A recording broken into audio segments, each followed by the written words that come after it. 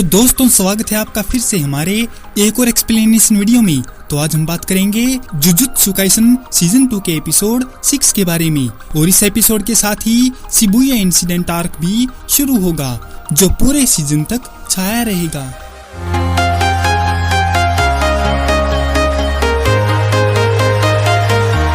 UG, Megumi और Nobara शहर में घूम रहे हैं और यह तय करने की कोशिश कर रहे हैं कि उन्हें टाइम पास करने के लिए क्या करना चाहिए। मेगुमी जुजुत्सु हाई में वापस जाने का फैसला करता है, जबकि यूजी नोबारा को उसके साथ न्यू मूवी ह्यूमन अर्थ फॉर्म 4 देखने के लिए मनाने की कोशिश करता है। यूजी नोबारा को कहानी समझाता है और मूवी का ट्रेलर दिखाता है, लेकिन नोबारा को इसमें कोई इंटरेस्ट नहीं है। जब वे दोनों अपने रास्ते पर जाते हैं तो सड़क के उस पार फुटपाथ से उन्हीं की उम्र की एक टीनेजर लड़की उन्हें देखती है।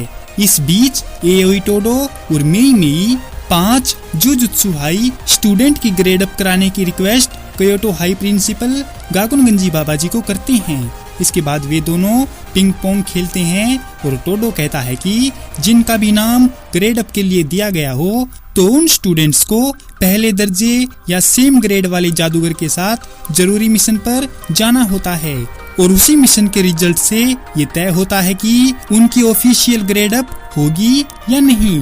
टोडो आगे बोला कि मैं अपने भाई यूजी के साथ मिशन पर जाऊंगा और हम दोनों मिलकर तबाही मचा देंगे।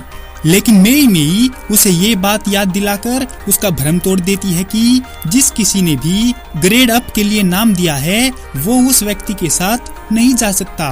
ये बात सुनते ही टोडो दुख के समुद्र में डूब जाता है और मेई मेई पिंग पोंग में टोडो को हराकर वहां से चली जाती है। और दूसरी तरफ वो फुटपाथ वाली लड़की नोबारा से मिलती है। वो दोनों बात करने के लिए एक रेस्टोरेंट में चले जाते हैं और वो लड़की अपने बारे में बताते हुए कहती है कि उसका नाम यूको ओजावा है और वह स्कूल टाइम से यूजी की क्लासमेट है। लड़की आगे बताते हुए कहती है कि 6 महीने पहले स्कूल ग्रेजुएशन सेरेमनी के टाइम वह बहुत ही मोटी और छोटी थी, लेकिन अब उसका हुलिया पूरी तरह से बदल गया है। नोबारा उसका ट्रांसफॉर्मेशन देखकर हैरान रह जाती है। लड़की कहती है कि उस टाइम मैं मोटी थी, लेकिन अब तो मैं तरोताजा हो गई हूँ। तो क्या यूजी अब मुझे गर्लफ्रेंड बना लेगा? नोबारा सारी बात समझ जाती है और इन्फॉर्मेशन लेने के लिए कॉल करके इजिची द्वारा मेगुमी को रेस्टोरेंट में बुला लेती है। लड़की को शक होता है कि कहीं यूजी को नोबारा पसंद तो नहीं करती है, जिस पर नोबारा कहती है कि अगर उसके पूर्वज डांस करके भी उसको मनाने की कोशिश करेंगे तो भी वह यूजी की गर्लफ्रेंड नहीं बनेगी। लेकिन उसे अपने कहे शब्दों पर डाउट होता है और कहती है मुझे इतना बुरा क्यों लग रहा है। मेगुमी वहाँ पर आता है तो नोबारा उसका ओजावा से इंट्रोडक्शन करवाती है कि ये यूजी को पसंद करती है और पूछती है कि यूजी की कोई गर्लफ्रेंड है क्या। इतना सुनते ही मेगुमी सरप्राइज रह जाता है और कहता है कि उसकी कोई गर्लफ्रेंड तो बिल्कुल भी नहीं है, क्योंकि जब उसे अचानक से टोक्यो आना पड़ा तो वो बिल्कुल भी दुखी नहीं था और उसके कमरे में बिकनी मॉडल की फोटो टंगी हुई है। जिस बंदे की कोई गर्लफ्रेंड होगी वो अपने कमरे में ऐसी पोस्टर क्यों लगाएगा। ओजावा का सवाल कि यूजी को कैसी लड़कियां पसंद हैं, जिस पर मेगुमी जवाब देता है कि एक बार यूजी ने कहा था कि उसे लंबी लड़कियां पसंद हैं। इतना सुनते ही दोनों लड़कियां खुश हो जाती हैं और मैसेज करके यूजी को वहां पर बुला लेती हैं। वो सभी यूजी के ओजावा को पहचानने को लेकर कंफ्यूजन में पड़ जाते हैं, लेकिन वहां पर आते ही यूजी ओजावा को पहचान लेता है और फ्लैशबैक में चला जाता है।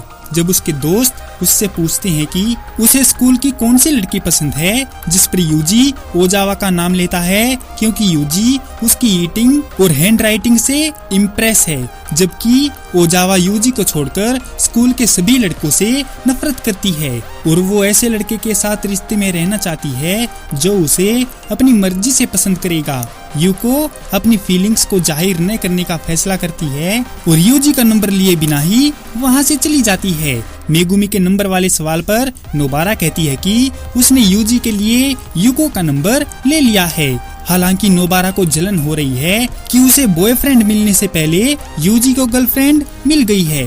यूजी कुछ ही देर बाद उन दोनों से मिलता है और उन्हें फोर्स करता है कि वे उसके साथ HE4 मूवी देखने जाएं। इसके बाद कुछ टाइम बाद वे तीनों जुजुत्सुहाई में जासूस की इन्वेस्टिगेशन करने के लिए यूटाहाइम इओरी से मिलते हैं। वे उस लोकेशन की जांच करने जाते हैं जहां कोकिची की रियल बॉडी रखी हुई है। यूटाहाइम का मानना है कि कोकिची मुटा, जिसका दूसरा नाम मेकामारू भी है, वह अपनी शापित तकनीक पपेट मैनिपुलेशन की मदद से छोटे और बड़े दोनों तरह के शापित रोबो बनाकर दूर बैठकर भी जासूसी करवा सकता है। क्योटो जुजुत्सुहाई में कासुमी मीवा मेकामारू को याद दिलाती है कि आज उनकी नोटबुक जमा कराने का आखिरी दिन है, लेकिन मेकामारू कासुमी को बताता है कि वह अभी आराम करना चाहता है। जैसे ही वे लोग उसके कमरे में जाते हैं तो उन्हें वहाँ कोकिची नहीं मिलता, क्योंकि वो वहाँ से भाग जाता है और गेटो महितो से मिलता है।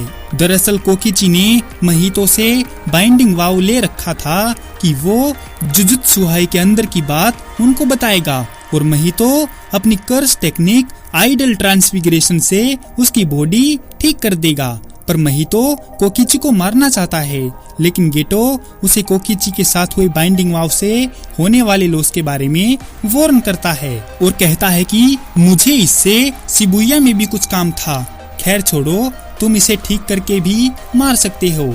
महितो ना चाहते हुए भी कोकिची को अपनी टेक्निक आइडल ट्रांसफिगरेशन से ठीक कर देता है और कोकिची से हिसाब चुकता करने के लिए चैलेंज करता है, जिस पर कोकिची कई सारे मेकामारुओं को वहां बुलाकर महितो पर अटैक कर देता है, लेकिन महितो जल्दी से एक एक करके उन्हें ठिकाने लगा देता है, जबकि कोकिची मौका पाकर गायब हो जाता है। महितो को लगा कि कोकिची उससे डरकर भाग गया है, लेकिन तभी वहाँ की जमीन अचानक से टूटती है और गेटो महितो एक बड़े से डैम पर पहुँच जाते हैं। तभी कोकिची का एक लास्ट इन्वेंशन पानी से निकलता है, जो होता है कंप्लीट मेकामारू। मेकामारू के इस बिग वर्जन को कोकिची अंदर से चलाता है, जिसको उसने 17 साल की कर्स एनर्जी से बनाया है और महितो को हराने के लिए इसका यूज करके जिंदा रहने का प्लान बना रहा है। तभी गेटो वहाँ पर अपना कर्टन लगा देता है। कोकिची जानता है कि उसके जीतने के चांस बहुत कम हैं और उसका बचना इस बात पर डिपेंड करता है कि वह खुद को बचाने के लिए साटोरू गोजो से कांटेक्ट कर पाता है या नहीं। अब तक जो भी कुछ हुआ है वह सब कुछ गोजो को बता देगा और शिबुया प्लान के बारे में भी। तब जाकर वो खुद के लिए गोजो से हेल्प लेगा।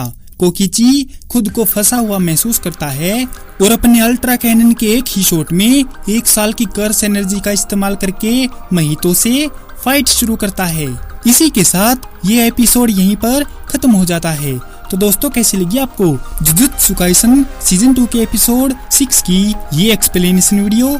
अगर आपको ये वीडियो पसंद आई हो तो इस वीडियो को लाइक और हमारे चैनल को सब्सक्राइब जरूर करें। आपका हमारी वीडियो देखने के लिए बहुत बहुत धन्यवाद और शुक्रिया।